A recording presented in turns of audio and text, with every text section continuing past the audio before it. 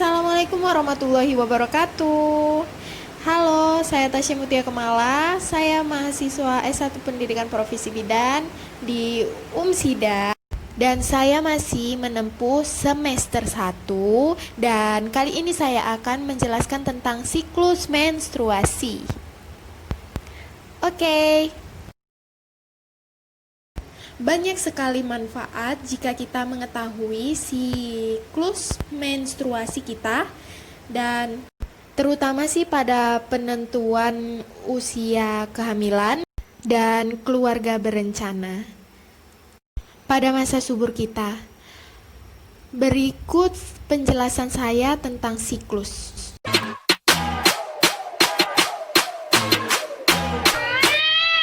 Nah, apa itu siklus menstruasi? Nah, siklus menstruasi ini biasanya dikatakan seseorang itu sudah dewasa ataupun sudah siap untuk dibuahi. Dan apa itu secara biologi? Itu adalah peristiwa secara alamiah yang terjadi pada wanita yang mencangkup dari kelenjar hipotalamus dan hipofisis dan berobjekkan ke si endometrium ataupun dinding rahim sehingga terjadinya menstruasi. Nah, ini adalah siklus menstruasi. Ia menyangkut 3 poros penting yang menyebabkan menstruasi. Ada 3 poros meliputi sistem endokrin, sistem ovari, dan sistem endometrium. Nah, di sistem endokrin mencangkup hipotalamus dan hipofisis. Di situ tempat produksinya hormon. Dan di ovari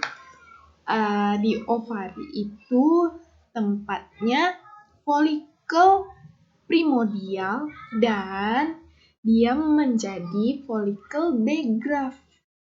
Nah, di sistem endokrin itu tempatnya objek, yaitu ada 4 fase yang terutama di situ sesuai topik ada fase menstruasi, proliferasi, dan iskemik, dan fase sekresi.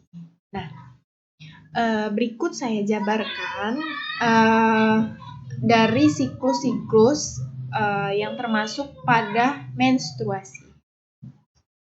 Berikut saya lampirkan gambaran dari kadar hormon pada saat wanita menstruasi sampai fase iskemik.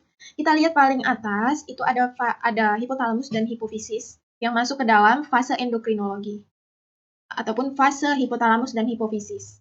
Nah, pada menstruasi ini, siklus menstruasi ini, si hipotalamus dan hipofisis itu memproduksi hormon GnRH dan LH-FSH.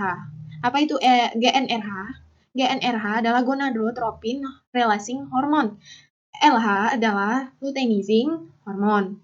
Dan FSH adalah follicle stimulating hormone. Kita sebut singkatnya saja LH, FSH, dan GnRH. Dan kita lihat paling yang kadar kedua, graf kedua, kita lihat di situ folikel mulai tumbuh. Dan yang pertumbuhannya itu menjadi corpus luteum. Ini disebut fase ovari. Kita lihat di situ kadar dari FSH dan LH itu mulai meningkat dari normalnya, sehingga terjadilah folikel primordial menjadi folikel degraf. Nah, itu dampak dari FSH dan LH. Dan kita lihat yang paling bawah, yang nomor 3, di situ kadar estrogen dan progesteron. Nah, di situ pada saat kita menstruasi, itulah kadar paling rendah di situ kadar P ataupun progesteron. Nah, yang tinggi adalah estrogen. Kenapa estrogen? Estrogen sesuai dengan fungsinya, yaitu mempersiapkan sel-sel ataupun jaringan. Dan progesteron adalah pertumbuhan. Nah, kita lihat di situ, menstruasi, ingat saja pada saat menstruasi, kadar E dan P itu menurun. Itulah yang disebut timbal balik positif negatifnya dari kadar P dan E menurunnya. Nah, kita lihat graf paling bawah, kita lihat di fase menstruasinya itu, dianya luruh. luruh, itulah yang menyebabkan menstruasi. Dan terjadinya lah fase ovulasi. Pada fase ovulasi ini, kadar LH itu meningkat. Dan FSH juga meningkat, tapi tidak setinggi dengan LH. Kita lihat pada saat ovulasi itu, mulailah terjadilah korpus luteum, terbentuklah korpus luteum. Nah, di paling bawah grafnya, di endometrium, di situ terjadilah penebalan dari si dinding rahim. Nah, si dinding rahim itu menebal, dampak dari progesteron itu tinggi. Kita lihat kadar progesteron di situ meningkat, dan di situ sehingga terjadilah penebalan dari dinding rahim. Oke. Dan selanjutnya akan saya jabarkan satu-satu dari poros-poros dari siklus menstruasi. Nah, yang pertama adalah poros pertama pada siklus menstruasi mencangkup sistem endokrin yang meliputi hipofisis dan hipotalamus. Dan tadi sudah saya jelaskan, si hipotalamus mensekresi GnRH ke hipofisis. Si GnRH ini gunanya untuk merangsang hipofisis terjadinya output dari hormon FSH dan LH yang diperlukan untuk menstruasi ataupun revolusi dari sistem menstruasi. Dari fase iskemik, dari fase menstruasi, proliferasi, sekresi, sampai dengan iskemik.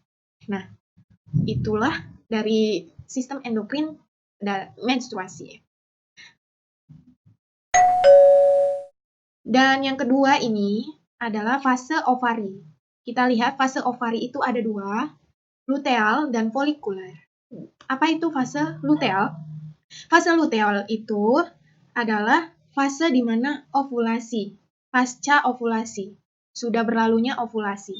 Kita lihat di sini fase ovulasinya, pasca ovulasi, kadar hormonnya FSH meningkat dan progesteron mulai meningkat pada saat ovulasi, pada saat mau ovulasi untuk mempersiapkan.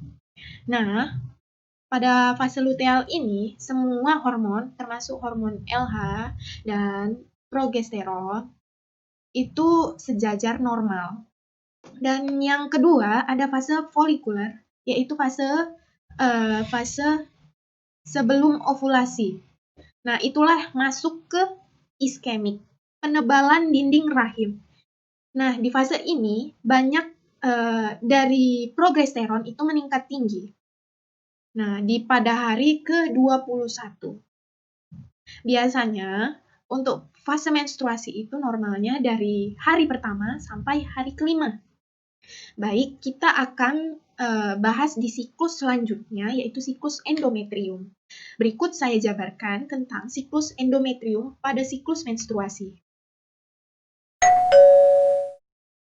Nah, ini kita masuk ke fase endometrium ataupun fase dinding rahim. Objeknya si siklus menstruasi.